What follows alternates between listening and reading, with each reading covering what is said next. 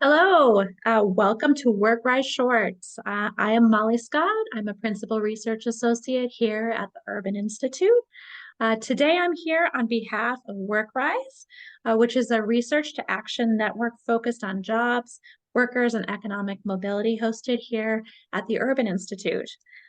We have a great conversation planned for you today with Clay Lord, who is the Director of Foundation Programs at the Society for Human Resources Management Foundation. And he's also a member of the Retail Opportunity Network. So we're super lucky to be having Clay with us today, and we'll be diving into what they're learning from work on whole human hiring and the embrace of skilled credentials by employers. Clay, welcome. It's great to have you. It's great to be here. Thanks for having me. Pleasure. So we're going to dive right into it. I'm going to ask you, what problem are you trying to solve with this work on whole human hiring? And what does that mean? How should people think about it? Yeah, I mean, it's a great question. At the core, so SHRM Foundation is the nonprofit arm of SHRM, which is the largest professional society for HR managers and directors in the world. We have 325,000 members all across the country, and all of them are part of employers who are trying to figure out how to be the preferred place to work in the future. And a lot of that right now is centered on questions about how hiring and advancement are going to work in a moment when fewer and fewer people are completing 2 and 4 year degrees. More people are getting the skills and aptitudes and gifts that they have from a variety of different sources. And there's a desire on both the talent side and the employer side to put all of those out for someone to see and judge and be able to sort of adjudicate whether someone's going to be successful in a role.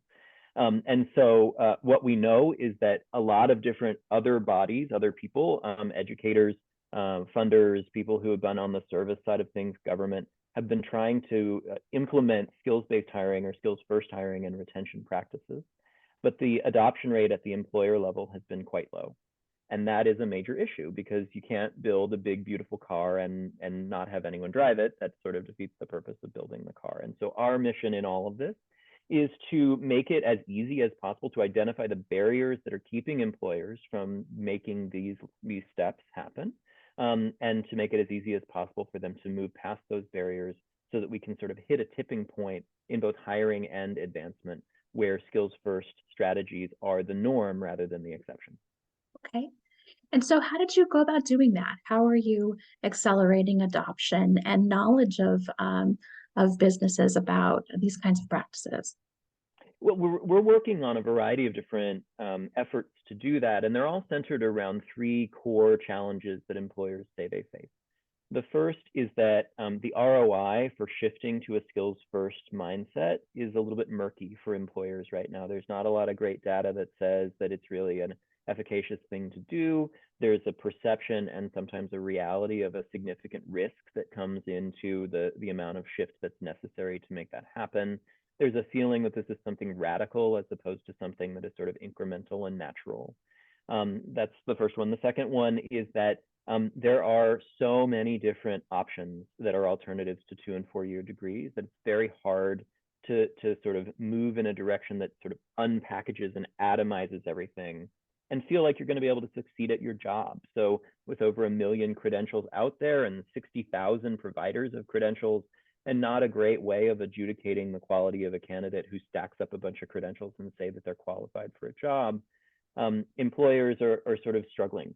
And then the third big barrier that we've identified is that for those who are doing it, for the champions who are in the employer space, it can feel like a very lonely enterprise and one where scaling is really, really elusive. And so all of our efforts have been centered on trying to address those things. And there are a few principal products that we've produced. One is a toolkit for employers called the Skilled Credentials Toolkit.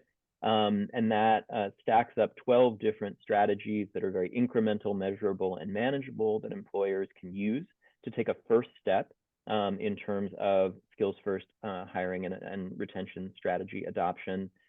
We've also created something called the Skilled Credentials Action Planner, which takes that toolkit and uses AI and technology to actually create a step-by-step accountability assistant who can walk you through engage with you, help you learn each of the steps along the way, from change management to the selection of specific strategies in every step along the way. And then you generate out your very own action report at the end that actually gives you all the steps that you took so that you can own it with your colleagues and your boss and things like that.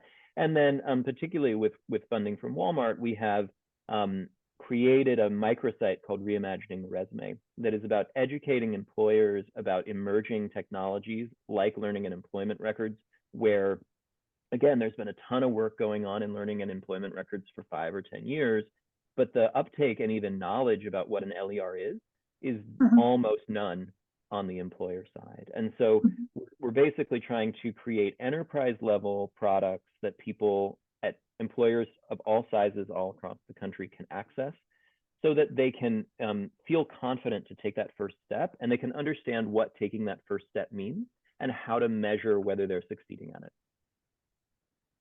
And how are you rolling this out to HR professionals across the country? So we built a microsite on SHRM Foundation's website where you can find all of these materials. They're all available for free. And we also have, with the support of both Walmart and the Charles Koch Foundation, we've conducted a series of advertising and promotional campaigns. We actually started at the very basic level by educating our members and employers in general about what skilled credentials or skills-based hiring and advancement even is. Mhm. And from that, that was a hugely successful campaign that really raised the issue for a lot of employers. We've then followed that up with the production of these materials, which we're now trying to push out solidly into the marketplace. And the one that's been out in the marketplace for the longest that I referenced earlier is our Skilled Credentials Toolkit. We put it into beta in January of 2023, but it really went out fully to the world in May. And since then, it's been downloaded about 1,200 times by different employers, which is a pretty solid rate that we're hoping is also going to go up substantially in the coming year. And as part of that, we've seen all sorts of really interesting stories about how employers are taking that. 88% of the people who download the toolkit say that they feel that they can use it to activate at least one of the strategies that's in there. Employers who download it, when we survey them afterwards, we see a marked increase in their confidence level about their ability to take these steps, their understanding of what take these steps even means, as well as a general understanding of how to use HR technologies like LERs to promote a skills first mindset around Mhm. jobs and skilling. Right. Tell me a little bit about how you measured the impact of your work in terms of increased awareness, increased knowledge, the reach Yeah. of your tools. How did you decide to do that, and what have you been learning? Well, so we measure it in a few different ways. The most concrete, because of course we want to make sure we have concrete measurements, is around the development of a set of 10 change objectives that we have associated with this work. And we've articulated for each of those change objectives a couple questions that are basically agreement questions that we push out to people. And what we've been doing is following up with them afterwards and asking them to reflect backwards to prior to having the tool, and then also think about today. We very much like to get into the business of asking them right at the start and being truer in our evaluation trajectory. But even with that effort, we have seen marked results. When we ask people, for example, with the toolkit, to talk about really significant shifts that they're, things that show tremendous shift, like I'm implementing a skills first hiring and advancement strategy now. We see that we do get a jump after using the toolkit. We also think that the toolkit is the most passive of our strategies. And so that's part of why we're excited to have the action planner coming online. It's in beta right now and will launch officially in January. Mhm. And our hope is that that's going to open up opportunity for a whole new spectrum of employers. We're particularly vested in small and mid-sized businesses. Mhm. And that's a space where uptake of skills first hiring and advancement practices has been particularly low Mhm. because they don't have the resources to do anything really radical for themselves. They also don't have the volume of hiring that really makes this type of shift feel appealing on the surface. And so the action planner and also things like the Reimagining the Resume LER explainer are really targeted at the champions who are within that 99% of businesses that are small to mid-size, who are ready to take one concrete strategy. And the reason that we think that that's really important, we partnered with Jobs for the Future on a set of pilots that we did. And following the pilots, we surveyed the employers who participated in those pilots. And what we found is that as part of the pilot, all they were doing was one strategy. And they had a 90% success rate, which is fantastic. And that by itself is a great marker. But what's an even better marker is that among 100% of those employers, having done that one strategy, they were more likely to be able to consider other strategies. And so we really feel like one of the kind of big things that we can do from our perch with all of these members who we are beholden to is we can create that opportunity to do that one strategy, take that one incremental, measurable, manageable step, and showcase how it can work, how it's a positive outcome, and how it is not a risky endeavor to do this. It is, in fact, a very natural progression of hiring and advancement from what's been going on for the last 10 or 15 years. Yeah. And what organizations or what entities do you see as the champions that are really important for scaling and supporting this work and accelerating it through small and medium-sized businesses, which we know are, employ so many people and also have so many challenges when it comes to making these kinds of practice changes? Yeah. We are partnered with so many amazing organizations in this work, and we really feel like that's crucial to the success of this work. In 2024, we're actually launching something called the Skilled Credentials Center of Excellence that is ideally going to be something that is developed with many of these partners: Jobs for the Future, Opportunity at Work, Grads of Life, Education Design Lab, a lot of the folks in the education space, the folks who developed the LER ecosystem map with MIT. It's a wide spectrum of people who are working on this question.